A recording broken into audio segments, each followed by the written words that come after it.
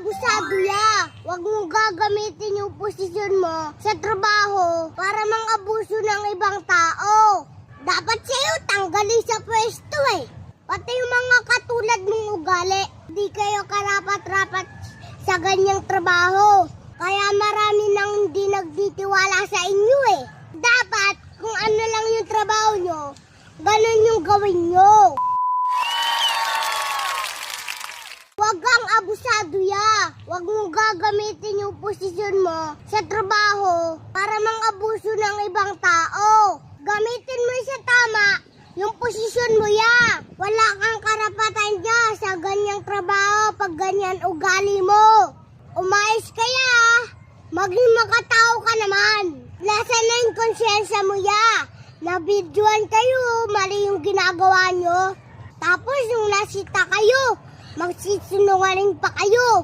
Grabe yung ganyang ugali, ang lakas nyo.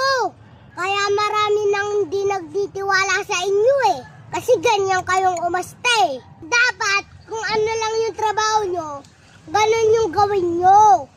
Huwag nang lalampas pa doon. Kung may problema ka sa bahay, huwag mo dalhin sa trabaho. Maapektuhan ka pa niyan, mabilis ka mabadrip niyan pag ganyan.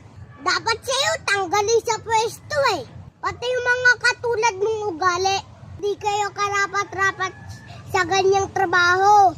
Dapat nga matino kayo eh. Kasi kayo nagpapatupag ng batas eh. Di naman lahat. Pero madami na babalikan na abusado. Tandaan mo lahat ng sinabi ko ya. Huwag kang abusado. Lalo na sa trabaho. Kawawa yung maliliit na tao. Dapat yan maaksyonan yung mga ganyang senaryo eh. Para madala, para masampulan. Tignan natin kung saan sila pupulutin. Di pa nabidyoan, kawawa na lang yung farmer. Doon pa sila nagkamali. Malaking tao rin pala yun. Kahit simple lang siya magdamit. Nagmakaawa na siya, tapos ginanon pa.